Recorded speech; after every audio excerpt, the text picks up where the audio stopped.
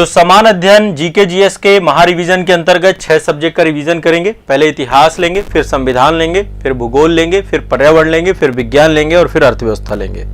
तो रिवीजन का सिलसिला हमारा चल रहा है, 6 सब्जेक्ट एक ही क्लास में महारिवीजन के अंतर्गत। ठीक है, चलिए तो सबसे पहले आज लेते हैं हम बुद्धकालीन गणराज्य। कल मैंने महाजनपद काल लिए थे, महाजनपदों की संख्या बताई थी।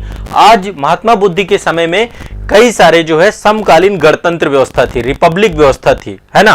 तो देखा जाए तो वर्तमान में जो गणतंत्र व्यवस्था है वैसी गणतंत्र व्यवस्था नहीं थी ये, ठीक है। लेकिन यहाँ पे बहुत सारे गण और संघ होने के साक्ष्य बुद्ध के टाइम पीरियड पे प्राप्त हुए हैं। कौटिल्य के अर्थशास्त्र से हमें जानकारी प्राप्त होती है गण राज्यों के बारे में, ठीक है।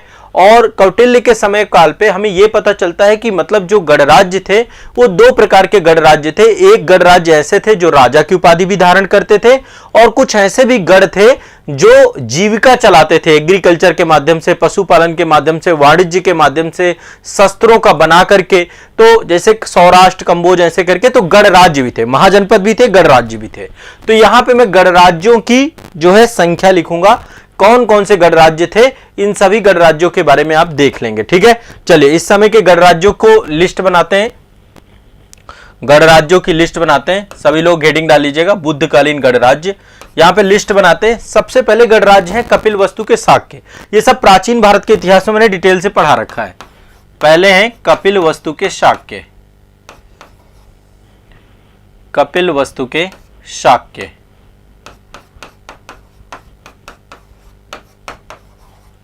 शाक्य पहले तो ये हैं।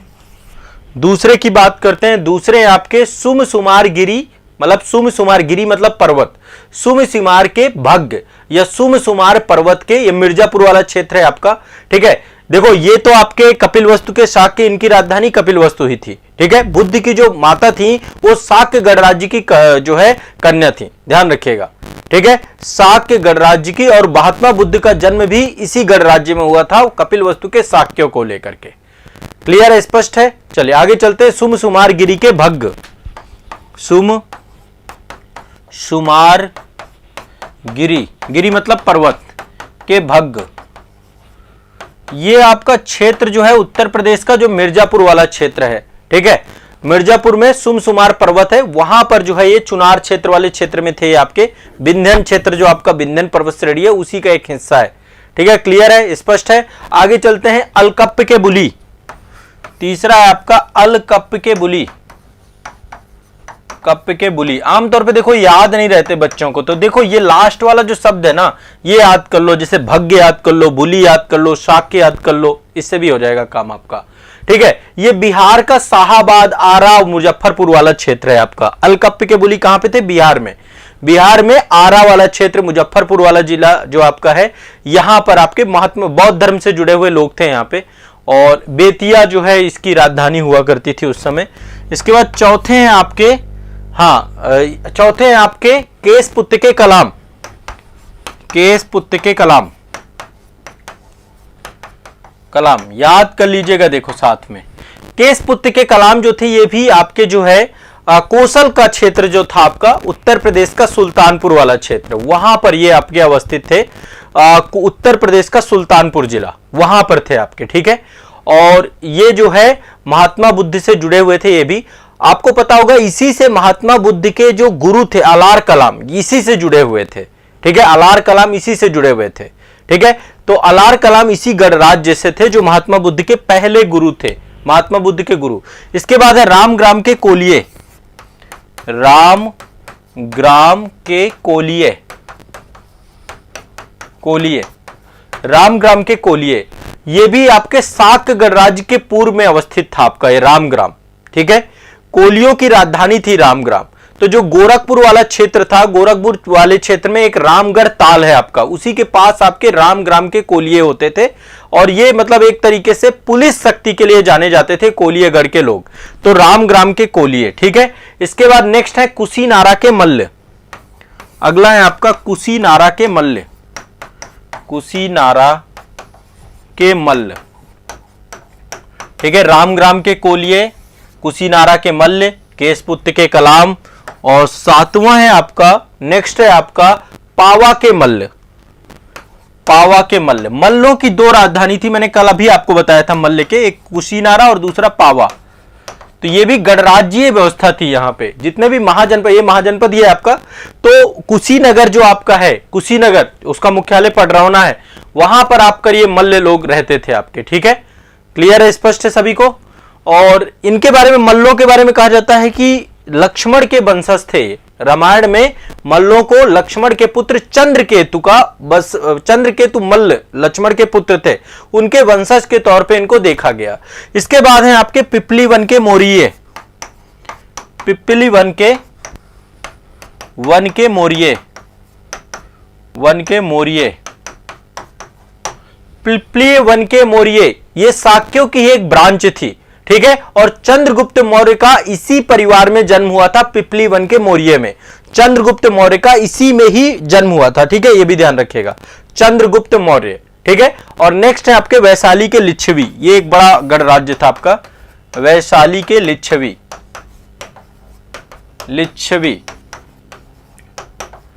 वैशाली के लिच्छवी। ठीक है, तो इसको भी ध्यान रखिएगा। और एक है आपके मिथिला के विदेह,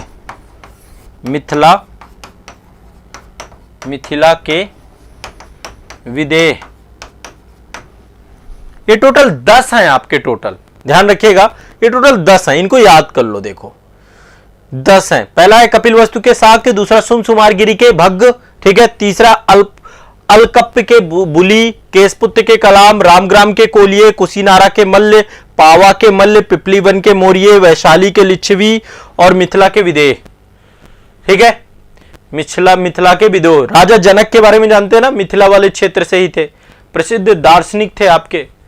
ठीक है, तो जो आपका मतलब विदेह गणराज्य है, ये बिहार का भागलपुर और दरभंगा वाला जिला जो आपका है, वहां से ये अवस्थित थे। ठीक है, मिथिलांचल वाला क्षेत्र जो है। तो ये आपका जो है टॉपिक है बुद्ध के समय काल के गणराज्यों से जुड़ा हुआ। क्लियर है सभी को? एक बार कमेंट सेक्शन में आ जाओ, बताओ एक बार। क्लियर है सभी को? ठीक है, अब देखो याद करते जाना, धीरे धीरे मैं बहुत सारी चीजें आपकी क्लियर करते इसी तरीके से चला जाऊंगा। एक एक सब्जेक्ट का एक एक टॉपिक अपने आप में इंपॉर्टेंट होता है जब एग्जाम हॉल पे पूछा जाता है।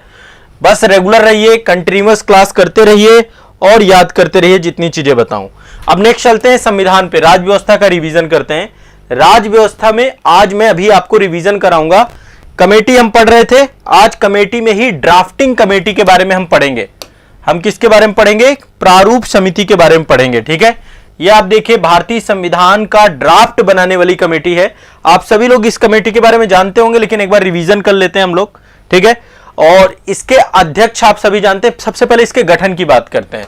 ठीक है, गठन कब हुआ था इसका? 29 अगस्त 1947। इसको याद करने का आसान तरीका बता रहा हूं। 15 अगस्त 1947 को देश आजाद हुआ था, उसके 14 दिन बाद 29 अगस्त को यह बना दी गई थी। तो देश की आजादी के बाद ड्राफ्टिंग कमेटी बनाई गई थी। संविधान सभा तो आपका 9 दिसंबर से ही बैठक चालू हो गई थी। 9 दिसंबर, 11 दिसंबर, 13 दिसंबर ऐसे करके आपकी बैठकें थी। तो 29 अगस्त 1947 को आपकी ड्राफ्टिंग कमेटी का गठन हुआ था। उद्देश्य क्या था? भारतीय संविधान को ड्राफ्ट बनाना, है ना, क्रम के अनुसार उसको लगाना, पूरे के पूरे जो कौन सा अनुच्छेद कहां पे रहेगा, किस भाग में रहेगा। ठीक है, संविधान के प्रारूप पर विचार विमर्श करना, ये अल्टीमेट इसका उद्देश्य था। टोटल इसमें 7 सदस्य थे। टोटल कितने मेंबर थे? 7 मेंबर थे। अब 7 मेंबरों के, ये 7 जो आप इमेज देख रहे हैं 7 मेंबर है। मैं यहां पे एक लिस्ट बना रहा हूं, नाम लिखता जा रहा हूं। नंबर 1 पहले हैं आपके डॉक्टर भीमराव अंबेडकर, ये अध्यक्ष थे आपके, बाबा साहब। ठीक है, ये अध्यक्ष थे आपके इस कमेटी के। ठीक है, प्रारूप समिति के अध्यक्ष थे। दूसरा, अब नाम क्रम से एक एक करके सभी के लिख लीजिए। दूसरे आपके गोपाल स्वामी अयंगर, इनको हम बोलते हैं एनजी अयंगर, गोपाल स्वामी अयंगर। दूसरे आपके गोपाल स्वामी अयंगर। ठीक है, तीसरे हैं, आज के बाद भूलना नहीं चाहिए, अल्लादी कृष्ण स्वामी अय्यर, अल्लादी कृष्णा स्वामी अय्यर। देखो दक्षिण भारत में नाम बहुत बड़े बड़े होते हैं। आप लोगों ने एक मूवी देखी होगी धमाल, धमाल के पहले पार्ट में देखेंगे, वो गोवा जा रहे होते हैं तो गोवा में बीच में एक साउथ इंडियन के व्यक्ति मिलते हैं और वो कार में जो है अपने उनको जो है कार में उसके बैठने के बाद वो नाम पूछता है, तो नाम पूछने के बाद फिर वो नाम गोवा तक चलता है आपका, ठीक है। बाद में तो अरशद वारसी रहता है उसमें शायद, है ना, तो नाम बड़े बड़े होते हैं। अल्लादी कृष्ण स्वामी अय्यर। इसके बाद नंबर 4 आपका जो है वो है के.एम. मुंशी साहब, के.एम. मुंशी, ठीक है। 5वां नंबर है आपका मोहम्मद सादुल्ला, मोहम्मद शादुल्ला, ठीक है। अब इसमें से 2 मेंबर जो हैं वो पहले थे, फिर इसके बाद उनका नाम जो है बदल जाता है, मैं एक बार उनके बारे में बताऊंगा। 6वें नंबर पे आपके जो है इनका नाम है जो है एन माधव राव, एन माधव राव, ठीक है, एन माधव राव। अब एन माधव राव आपके किसकी जगह पे आते हैं? एन माधव राव की जगह पे आपके बीएल मित्र की जगह पे आते हैं एन माधव राव, बीएल मित्र, ये रिप्लेस होते हैं बाद में, बीएल मित्र की जगह एन माधव राव। और नंबर 7 पे आपके हैं, इनका नाम है डीपी खेतान, डीपी खेतान, ये आते हैं टीटी कृष्णामाचारी के, टीटी कृष्णामाचारी, कृष्णामाचारी इनकी जगह पे। तो ये टोटल 7 मेंबर हैं। एक बार नाम देख लेते हैं। बी आर अम्बेडकर अध्यक्ष होते हैं प्रारूप समिति के, ठीक है। Gopalaswami Ayyangar, Alladi Krishnaswami Ayyar, K M. Munshi, Mohammad Saadulla, N Madhav Rao, D P Khaitan. Clear है? बहुत सिंपल सा है, कुछ है नहीं इसमें।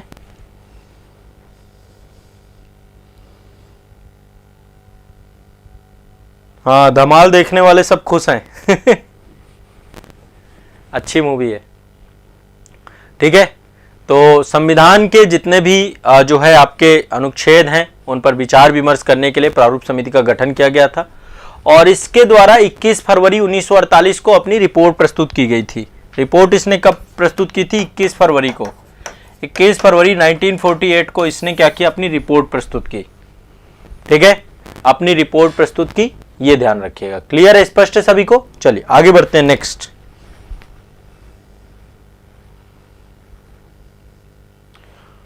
अभिलाष जी ने सब लिख डाला भाई, चलिए बहुत बढ़िया। अब आगे चलते हैं। नेक्स्ट, ये हो गया संविधान से जुड़ा हुआ। अगला चलते हैं भूगोल पे। भूगोल में देखो मैं आपको द्वीप पढ़ा रहा था, आज हम देखेंगे लक्षद्वीप के बारे में।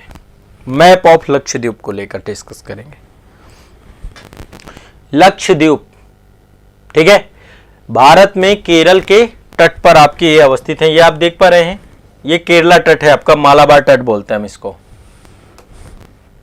ये आपका है मालाबार तट,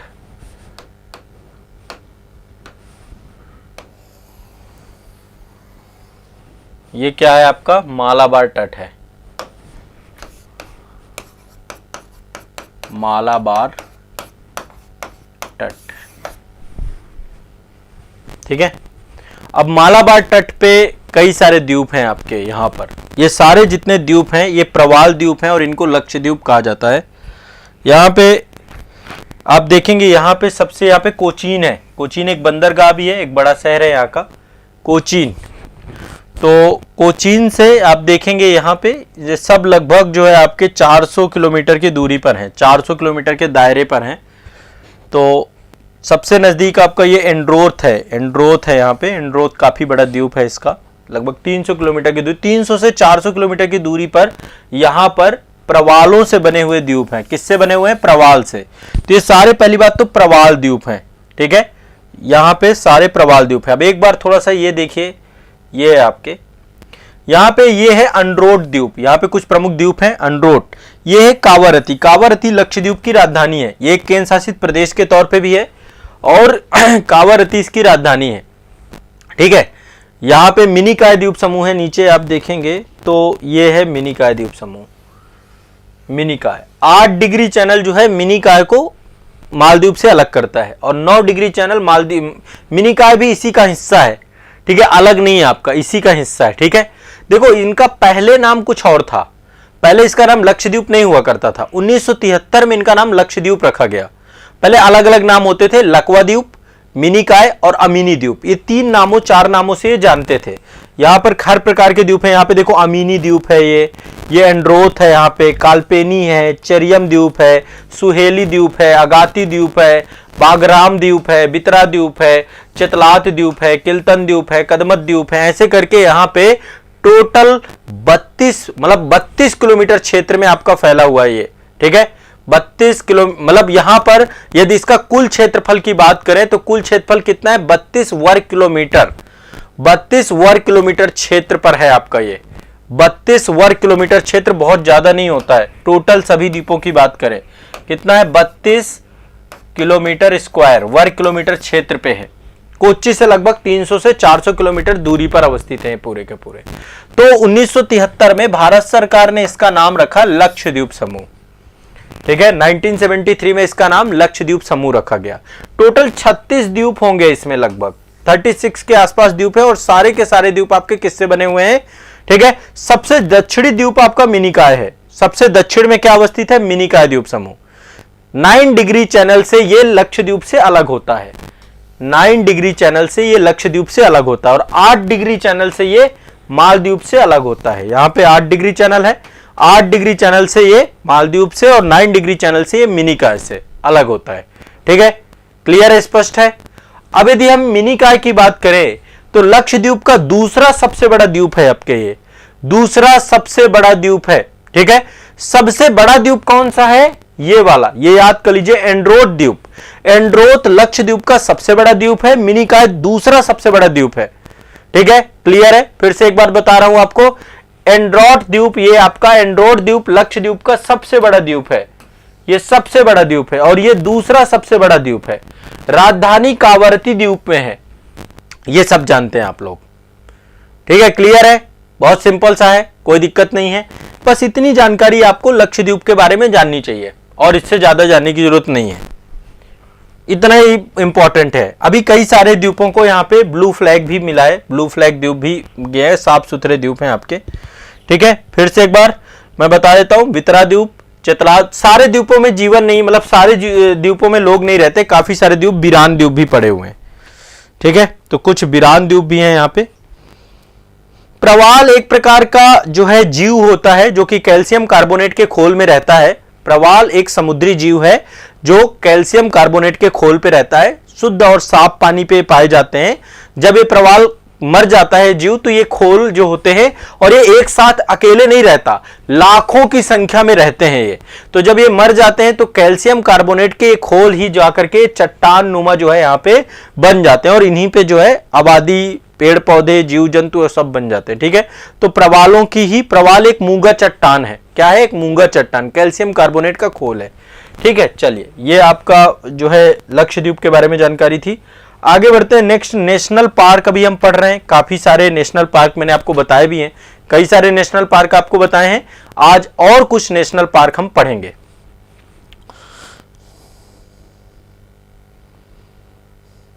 टोटल मैंने आपको बता दिए हैं, ठीक है। चलो आगे चलते हैं। ब्लू फ्लैग टोटल 12 द्वीपों को भारत के मिल चुका है। 12 द्वीप भारत के टोटल मिल चुके हैं। मैंने आपको पढ़ाया था, ये क्लास में डिस्कस हुआ था हमारा, ठीक है। ये करंट अफेयर्स की क्लास वाले बच्चों को पता होगा कि ब्लू फ्लैग द्वीप क्या होते हैं, किन तटों को दिया जाता है, जो साफ सुथरे तट होते हैं ना आपके, बीच जिसे हम कहते हैं, साफ सुथरे बीचों को दिया जाता है। चलिए अब आते हैं नेशनल पार्क पे। राष्ट्रीय पार्क में काफी सारे पार्क अभी डिस्कस हो चुके हैं, कुछ पार्क यहाँ पे बताए। तो सबसे पहले देखो, एक पार्क है आपका बिहार में, राष्ट्रीय उद्यान की बात हो रही, नेशनल पार्क। दूसरा झारखंड की बात करेंगे, यहाँ पे सब एक एक है। उत्तर प्रदेश में भी एक है। पहले इन तीनों का देख लेते हैं। बिहार का तो सबको पता है, बिहार वाले एक ही है वहां पर, तो जानने वाले सब जानते होंगे। जानते नहीं जानते, बिहार में एक है वाल्मीकि राष्ट्रीय उद्यान। वाल्मीकि जी यहीं से थे, वाल्मीकि राष्ट्रीय उद्यान, ठीक है। बिहार नेपाल की बॉर्डर, पश्चिमी चंपारण में पड़ता है आपका वाल्मीकि राष्ट्रीय उद्यान, ठीक है। झारखंड में एक है आपका, झारखंड में है बेतला राष्ट्रीय उद्यान। बेतला, क्वेश्चन कई बार आया बेतला से। इसको पलामू राष्ट्रीय उद्यान भी कहते हैं, बेतला राष्ट्रीय उद्यान, या पलामू राष्ट्रीय उद्यान, इसको हम बोलते हैं पलामू राष्ट्रीय उद्यान, ठीक है, बेतला राष्ट्रीय उद्यान या पलामू राष्ट्रीय उद्यान, ठीक है। और उत्तर प्रदेश में एक ही है, उत्तर प्रदेश का भी आप लोगों को पता होगा, दुधवा राष्ट्रीय उद्यान, दुधवा राष्ट्रीय उद्यान, दुधवा राष्ट्रीय उद्यान लखीमपुर खीरी में पड़ता है आपका ये, ठीक है। ये एक तो ये प्रोजेक्ट टाइगर के तहत भी है। बेतला आपका पलामू में पड़ता है। लद्दाख की बात करें, लद्दाख में भी एक है,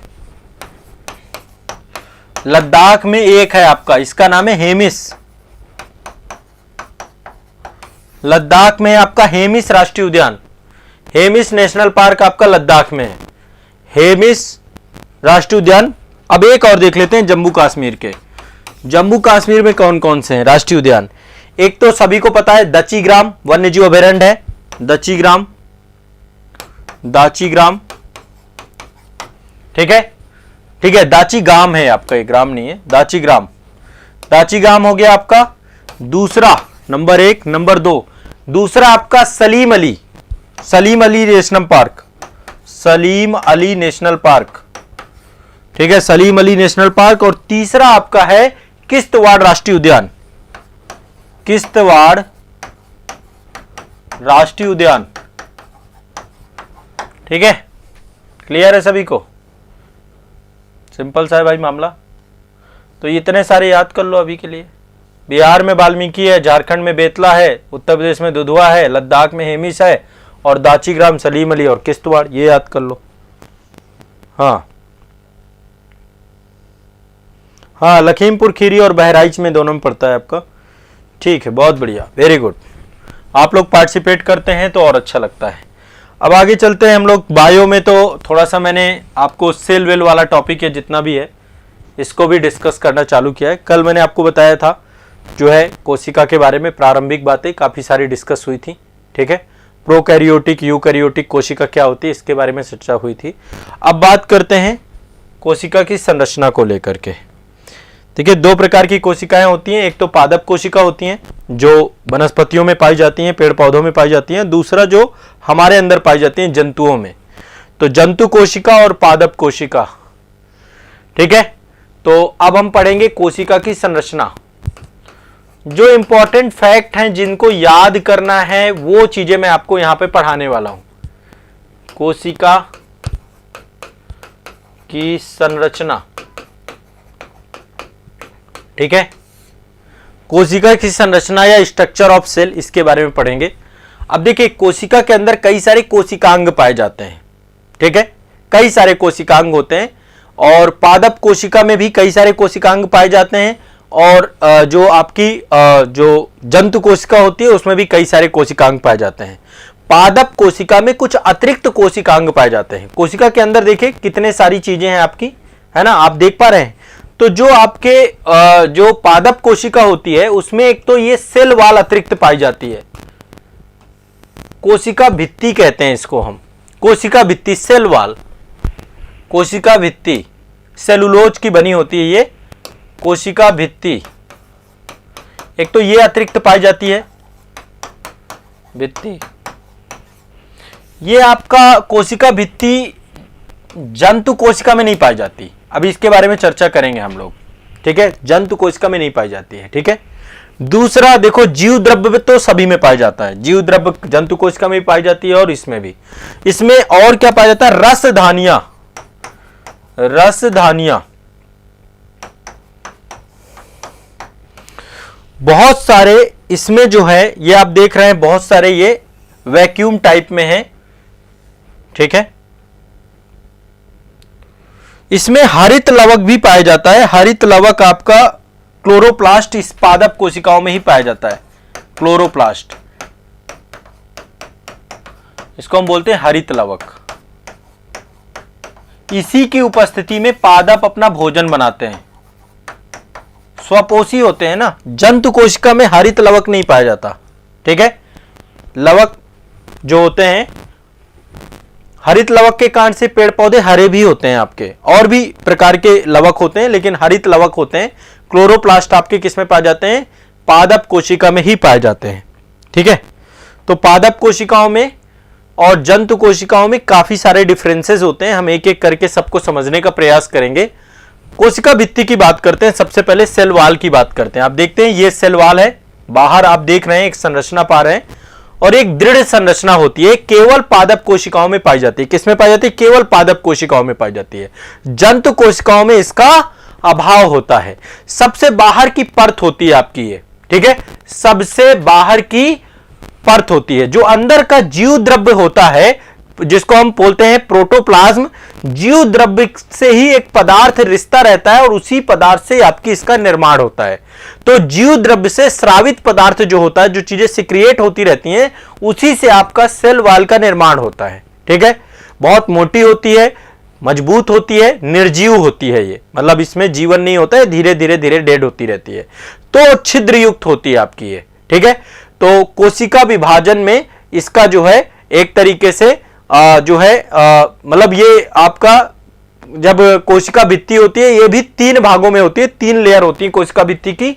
एक तो प्राथमिक, यहां पे कोशिका भित्ति को स्पष्ट किया है क्या? हाँ, इसमें नहीं है। कोशिका भित्ति को 3 भागों में बांटते हैं।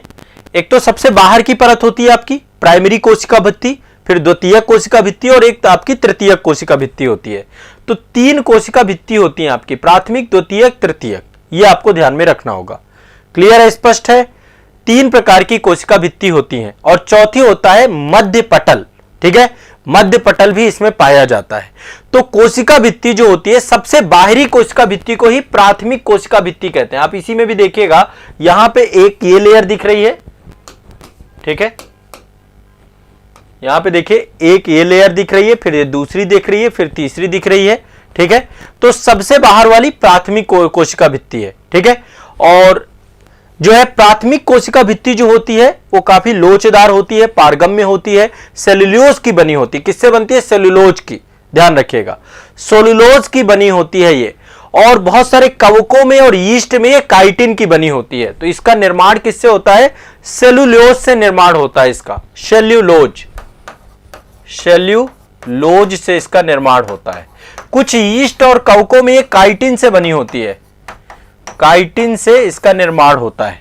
ठीक है, तो कोशिका भित्ति जो आपकी होती है, सेल वाल होती है, ये कई लेयर होते हैं इसके, प्राथमिक, द्वितीयक, तृतीयक, ठीक है, कई प्रकार की।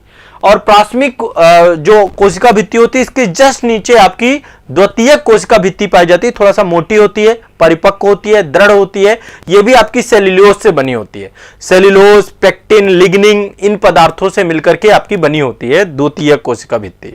और तृतीयक कोशिका भित्ति द्वितीयक के जस्ट नीचे पाई जाती है। तो पहले ये प्राथमिक कोशिका भित्ति है, फिर ये द्वितीयक कोशिका भित्ति, और इसके सबसे नीचे आपकी तृतीयक कोशिका भित्ति पाई जाती है।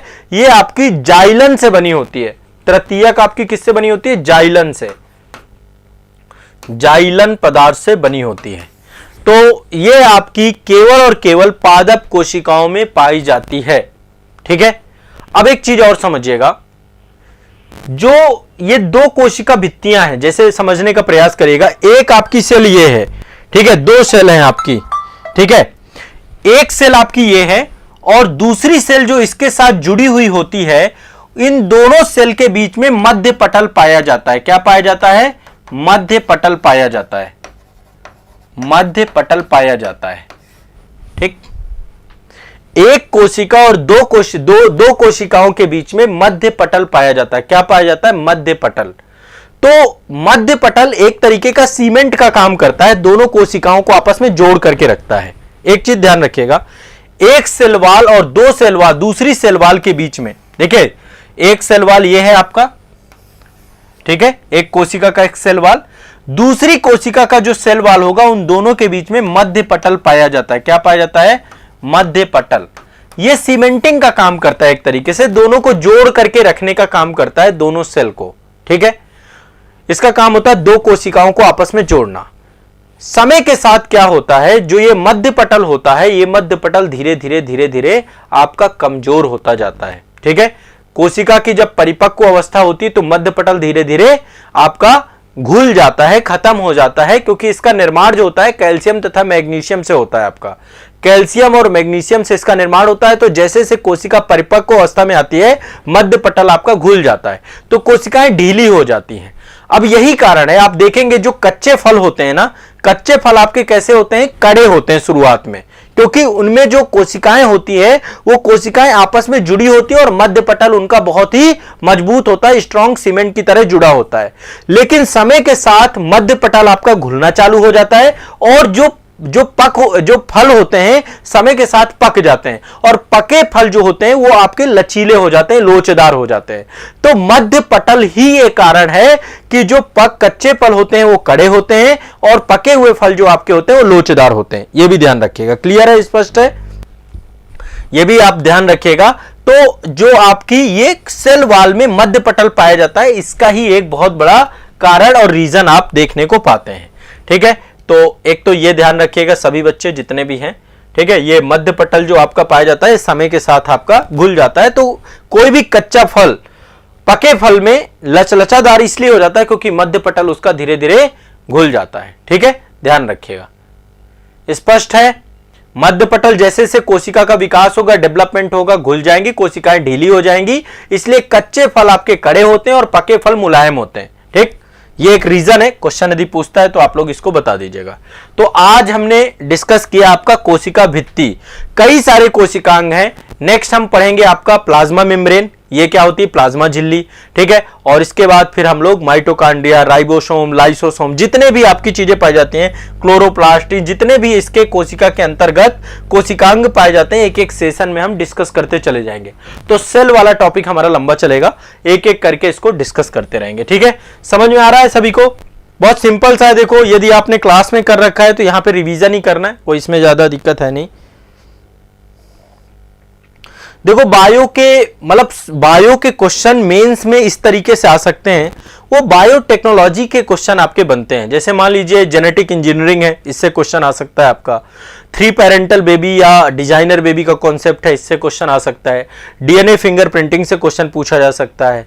या जैसे अब आपका इसी को और देखें, साइंस एंड टेक के जितने भी टॉपिक है, साइंस, जनरल साइंस जो आपकी है, ये आपकी बेसिक क्लास होती है। बेसिक इसी से फिर साइंस एंड टेक आपको समझना है।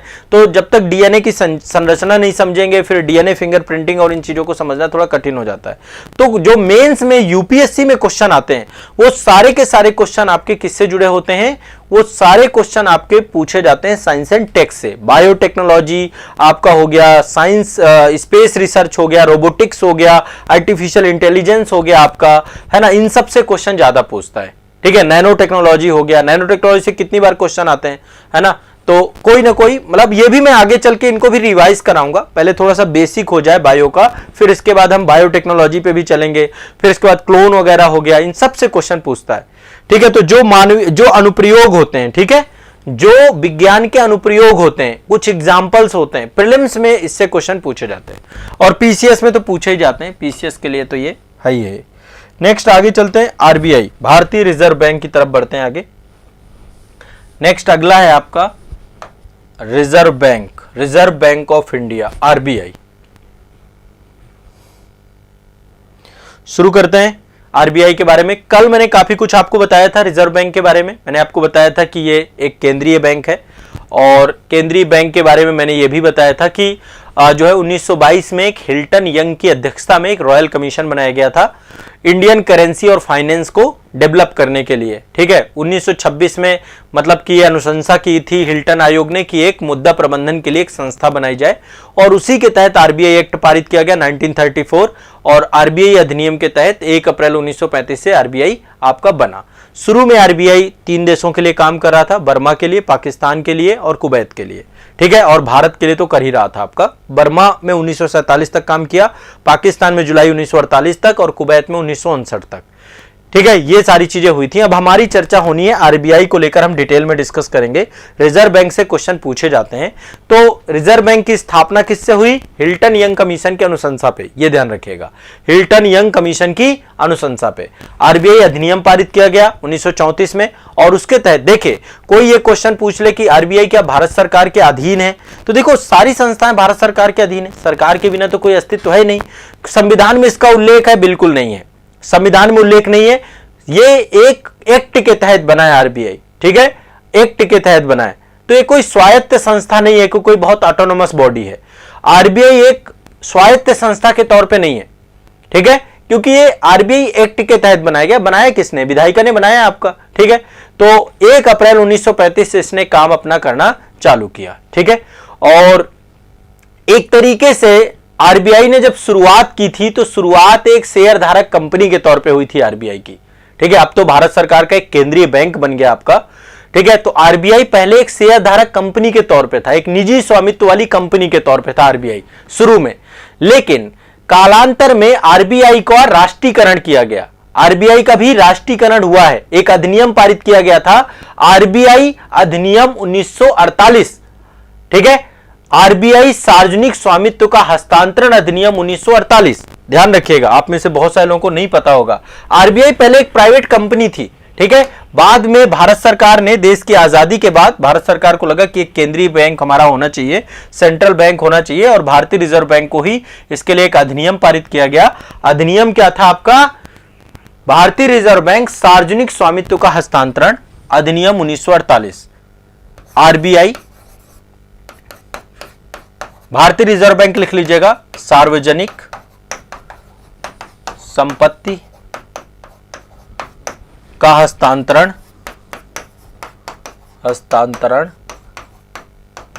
अधिनियम 1948। इस अधिनियम के तहत इसको क्या किया गया? इसका राष्ट्रीयकरण कर दिया गया। राष्ट्रीयकरण, जैसे बहुत सारे प्राइवेट बैंकों का राष्ट्रीयकरण किया गया ना 1969 पे, 1968, मैंने बताया था ना कल के सेशन में कि कल जो है बताया था कि 1969 में 14 बैंकों का निजीकरण किया गया था, और इसके बाद जो है 1980 में 6 और बैंकों का निजीकरण कर दिया। वैसे ही आरबीआई का भी निजीकरण से, वो माफ कर, निजी नहीं, राष्ट्रीयकरण, निजी बैंकों का राष्ट्रीयकरण किया गया। वैसे आरबीआई पहले एक प्राइवेट कंपनी के तौर पे काम कर रही थी, बाद में आरबीआई को भारत सरकार के द्वारा राष्ट्रीयकरण कर दिया गया, एक एक्ट पारित करके।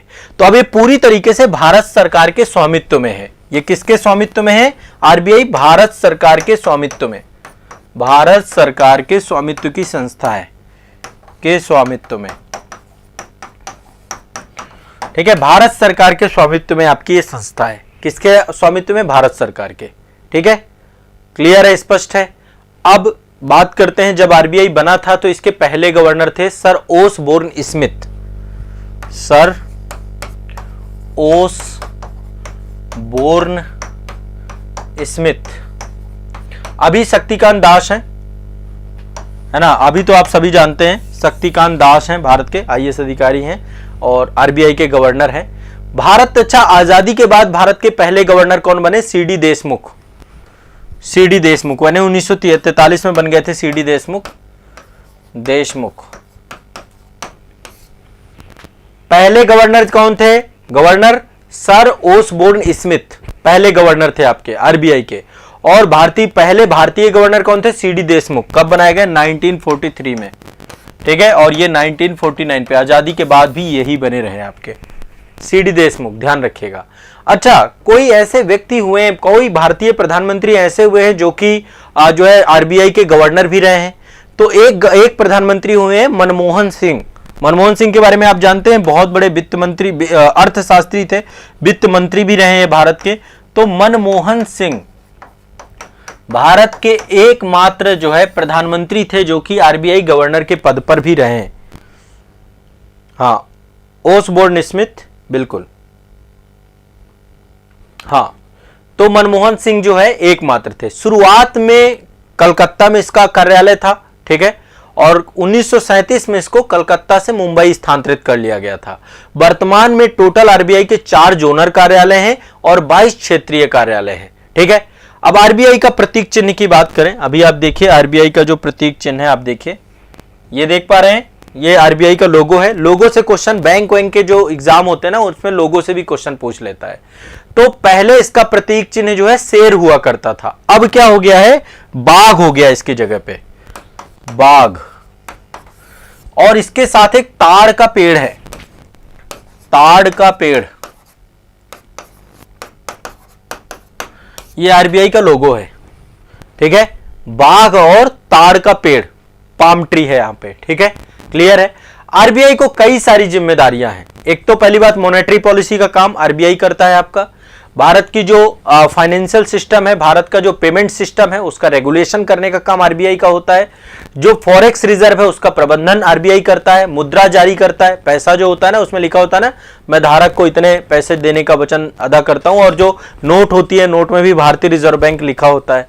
ठीक है, तो मुद्रा जारी करने का काम, विदेशी मुद्रा का प्रबंधन करने का काम, जो जितने भी आपके पेमेंट बैंक है, फाइनेंशियल इंस्टीट्यूशन है, उनका रेगुलेशन करने का काम भारत के बैंकों का बैंक है आपका आरबीआई। ठीक है, और ये सरकार को भी अल्पकालिक ऋण देता है, बैंकों को भी अल्पकालिक ऋण देता है, बहुत सारे काम करता है। फाइनेंशियल जितनी भी चीजें होती हैं सारा का सारा आरबीआई करता है, और मौद्रिक नीति भी यही पूरा का पूरा संभालता है आपका आरबीआई। तो बहुत बड़ा बैंक है आपका ये। क्लियर है, स्पष्ट है।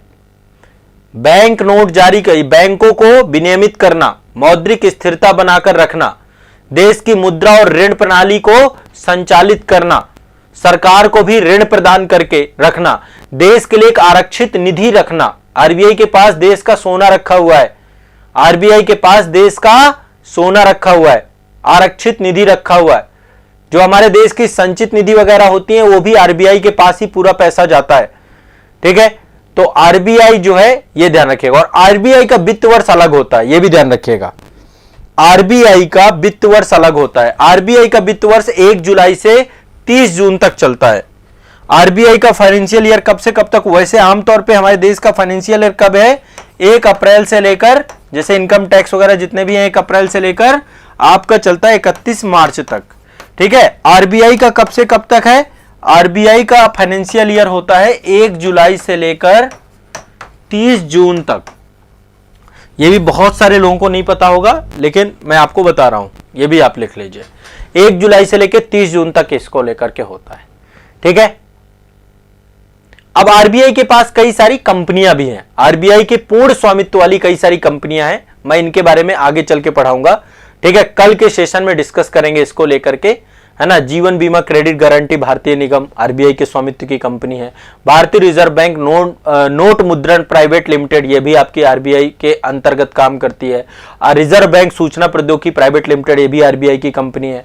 और भारतीय वित्तीय प्रौद्योगिकी से संबंधित सेवाएं, ये भी आपकी आरबीआई की कंपनी है। तो आरबीआई के बारे में देखेंगे, आरबीआई में कौन कौन सा है, जो बोर्ड ऑफ डायरेक्टर्स होते हैं, कितने लोग होते हैं।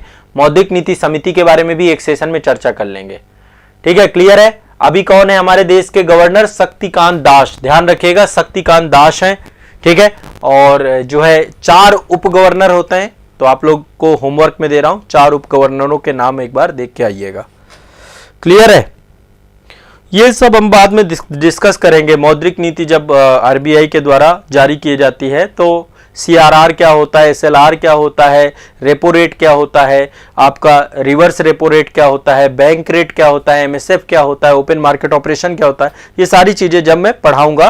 अभी जब मौद्रिक नीति, अभी मैंने थोड़ा बहुत आपको मुद्रास्फीति के बारे में बताया था। मौद्रिक नीति एक बार आरबीआई बता दूं, कुछ बैंकिंग प्रणाली बता दूं, इसके बाद फिर आरबीआई की मौद्रिक नीति के बारे में भी डिस्कस करेंगे। ठीक है, तो सब रिवाइज कराऊंगा जितना कुछ भी है, घबराने की जरूरत नहीं है। आज के सेशन में इतना ही रखते हैं। ठीक है, आज के सेशन को इतना ही रखते हैं। सारे सब्जेक्ट हो गए आपके, जितने सब्जेक्ट थे आपके, हिस्ट्री हो गया, पॉलिटी हो गया, ज्योग्राफी हो गया, इकोनॉमी हो गया, साइंस हो गया, एनवायरमेंट हो गया। ठीक है, चलिए।